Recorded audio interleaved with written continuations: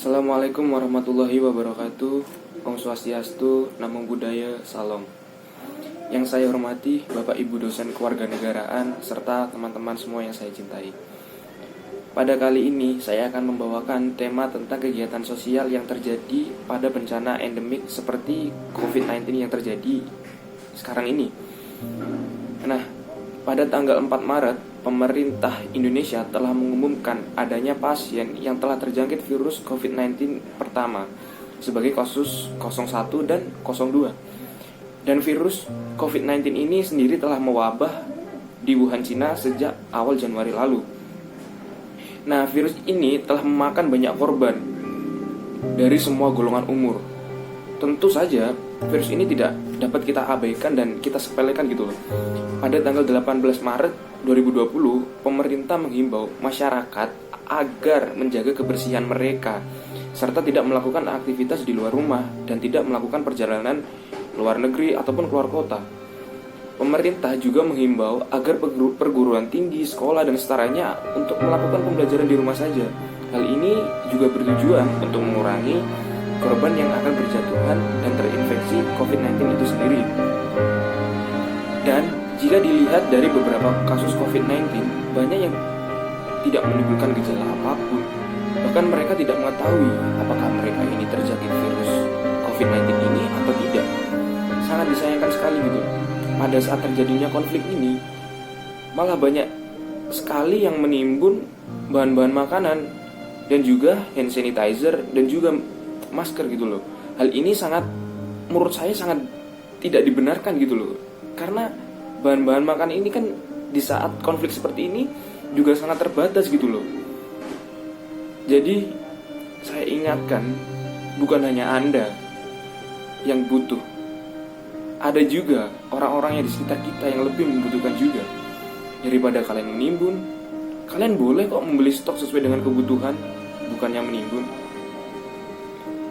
Dan juga sangat disayangkan gitu loh, ada juga beberapa oknum yang tidak bertanggung jawab malah menimbun masker dan juga hand sanitizer. Dan setelah itu mereka menjualnya dengan harga yang sangat tidak wajar gitu loh, karena lebih mahal dan mengambil untung yang lebih banyak.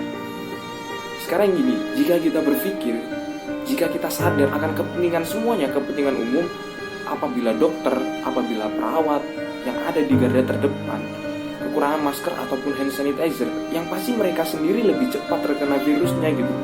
Padahal mereka telah membantu kita semua untuk melawan COVID-19 itu sendiri.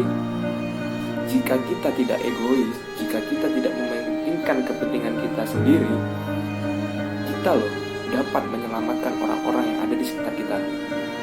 Jangan sampai ego kalian itu membuat banyak korban berjatuhan. Tapi saya juga sangat mengapresiasi gitu terhadap masyarakat Indonesia yang masih banyak banget peduli kepada virus COVID-19 ini atau mungkin konflik ini gitu. Karena bisa kita sebutkan ada influencer, ada YouTuber dan para artis yang melakukan donasi.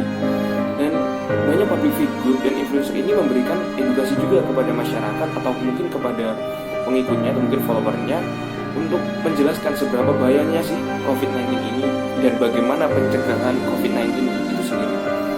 Nah, COVID-19 ini sendiri bisa kalian cegah gitu dengan kalian tetap mencuci tangan, menggunakan hand sanitizer, tidak melakukan aktivitas di luar rumah, tidak melakukan perjalanan ke luar negeri ataupun keluar kota.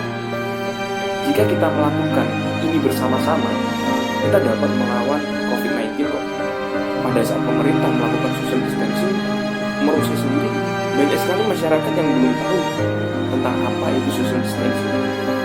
Jadi menurut sumber yang saya baca, jadi social distancing yang telah dihimbau oleh pemerintah ini merupakan salah satu metode kesehatan masyarakat untuk mengurangi interaksi orang-orang yang ada di komunitas itu.